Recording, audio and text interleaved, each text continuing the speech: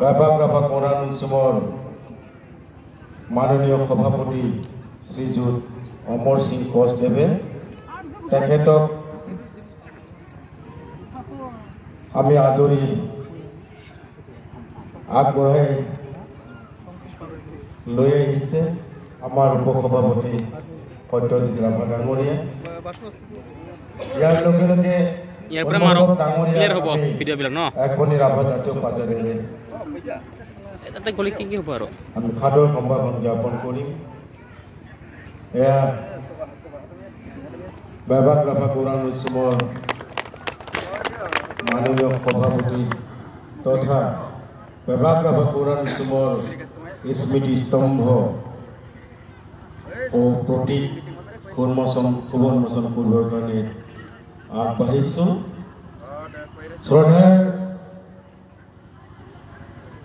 আৰু এই কৰ্মমুক্তি বৰ্ষৰ বৰ্ণিল যাত্ৰা বেবাক ৰাভা কোৰআন উৎসৱৰ কৰ্ম আঁচনিৰ ভিতৰত এক বিশেষ কৰ্ম আঁচনি আছিল। বেবাক ৰাভা কোৰআন উৎসৱৰ জন্ম সেই তেতিয়া অবিভক্ত গোৱালপাৰা জিলা বৰ্তমান বিটিআৰ এলেকাৰ কোকৰাঝাৰ জিলাৰ গোসাইগাঁও মহকুমা অন্তৰ্গত খাকসা গাঁও আৰু এই খাকসা গাঁৱতে 1973 চনৰ 8 এপ্ৰিল তাৰিখে বেবাক ৰাভা কোৰআন উৎসৱ অৰ্থাৎ ৰাভা ভাষা সাহিত্য একমাত্ৰ অনুষ্ঠান, ৰাভা জাতীয় একমাত্ৰ ভাষা সাহিত্যৰ অনুষ্ঠান বেবাক ৰাভা কোৰআন উৎসৱৰ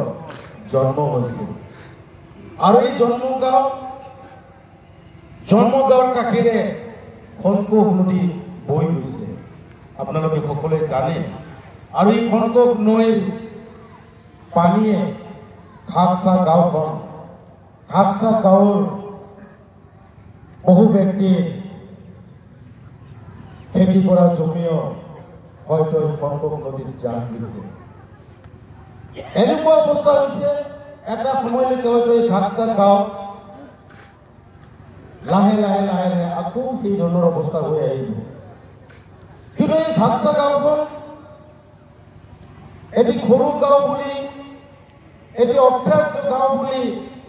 আমি আমাৰ মাজৰ পৰা আমি হেৰাই যাব দিব নোৱাৰো। কিয়নো বেবাক ৰাভা কোৰআন উৎসৱৰ সপোন আছিল বেবাক ৰাভা কোৰআন উৎসৱৰ জন্ম গাঁওখনক কেনেকৈ স্মৃতি জীয়াই ৰাখিব,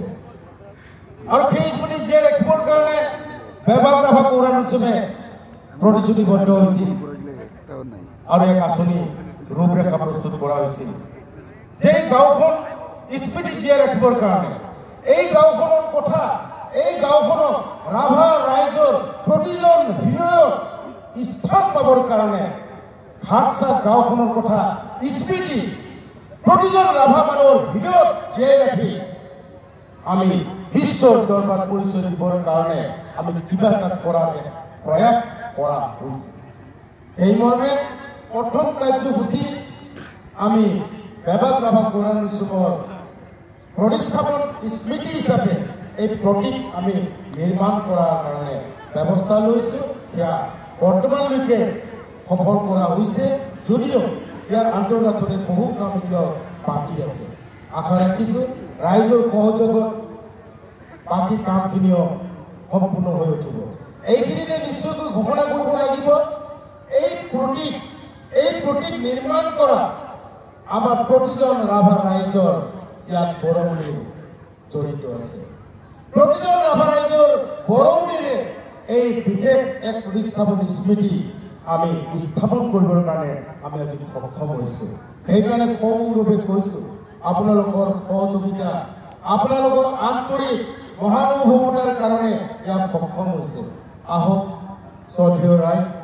আমি এই আমাৰ স্মৃতি চিৰজ্যোতিষ্মান কৰি তোলাৰ কাৰণে সকলোৰে সহযোগিতাৰে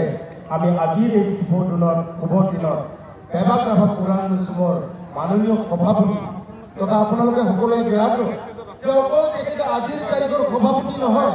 আজিৰ তাৰিখৰ 50 বছৰ আগৰ কথা যদি আমি মনত পেলাওঁ তেতিয়াহ'লে বেবাক ৰাভা কোৰাণ উৎসৱৰ জন্মৰ মূল পৰিৱৰ্তা ধৰণা আছিল অমৰ সিং ঘোষ ছাৰ আৰু সেই সময়ত প্ৰতিষ্ঠা কৰা বেবাক ৰাভা কোৰাণ উৎসৱৰ প্ৰতিষ্ঠাপক সাংগঠনিক সম্পাদক হিচাপে তেখেতে আছিল গতিকে আজি তেখেতক আমি সভাপতি হিচাপে বেবাক ৰাভা কোৰাণ উৎসৱ পাই আমি অতি গৌৰৱান্বিত আৰু গৌৰৱান্বিত একেৰাহে তিনিটাকৈ কাৰ্যকাল এটা কাৰ্যকাল আমাৰ 3 বছৰকৈ তিনিটাকৈ কাৰ্যকাল অতি সুন্দৰভাৱে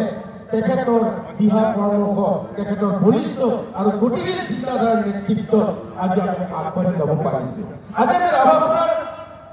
মাধ্যম পাবৰ কাৰণে আমি সক্ষম হৈছোঁ যি ৰাভা ভাষাৰ মাধ্যম সেই তাহানি 1973 চনৰ 8 এপ্ৰিলত জন্ম হোৱাৰ পৰা আমাৰ মূল দাবী আছিল প্ৰাথমিক পৰ্যায়ত ৰাভা ভাষাৰ মাধ্যম আৰু ৰাভা ভাষাৰ মাধ্যম আমি এই অসম চৰকাৰৰ আশীৰ্বাদত অসম চৰকাৰৰ চেষ্টাত যোৱা 2024 চনৰ 23 ফেব্ৰুৱাৰী অসম চৰকাৰৰ কেবিনেটে ৰাভা ভাষা ৰাষ্ট্ৰীয় শিক্ষা নীতিৰ 2020 আধাৰত প্ৰাথমিক পৰ্যায়ত মাধ্যমৰ স্বীকৃতি প্ৰদান কৰিছে গতিকে ৰাইজ এতিয়া আমি সকলোৱে সৌভাগ্য বুলি ক'ব লাগিব আজি এই 50 বছৰ পৰিক্ৰমাত আজি আমি মাধ্যম পাবলৈ সক্ষম হৈছোঁ আৰু এই 50 বছৰ বহুত পলমকৈ হ'লেও এই ভাক্সা গাঁও বেবাক ৰাভা কোৰাণ উৎসৱৰ স্মৃতিৰ গাঁও ৰাভা জাতিৰ প্ৰতিটো হৃদয়ত জীয়াই ৰখাৰ এক অজ্ঞাত গাঁও আছিল সেই গাঁৱে জাতি দিবৰ কাৰণে আমি আগবাঢ়িছোঁ আহক আপোনালোকে সহযোগিতা আগবঢ়াওক আৰু আমাৰ মাননীয় সভাপতি শ্ৰীযুত অমৰ সিংহ ঘোষ আমি এইকাৰণেই কৈছোঁ অমৰ সিংহ ঘোষ ছাৰক আমাৰ ৰাভাসকলৰ সিংহ পুৰুষ আৰু এই ছাৰক আমি সন্মান সহকাৰে তেখেতক অনুৰোধ জনাইছোঁ আজিৰ এই শুভ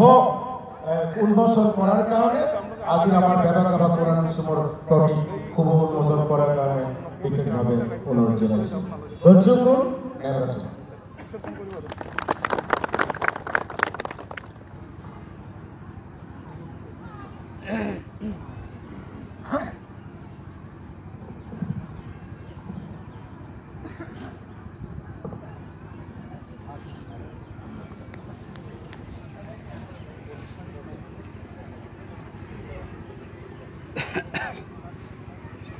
সকলোৱে সহযোগ কৰিব ৰাভা কোৰাণ চৰা কোৰাণ সকলোৱে সহযোগ কৰিব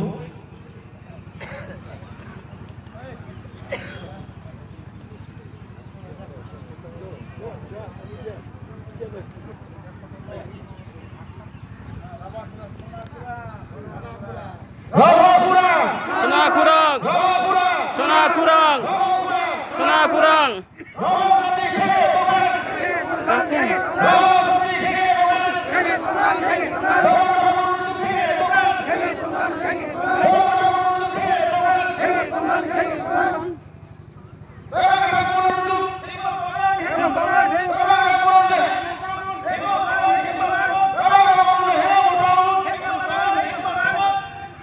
Abraço.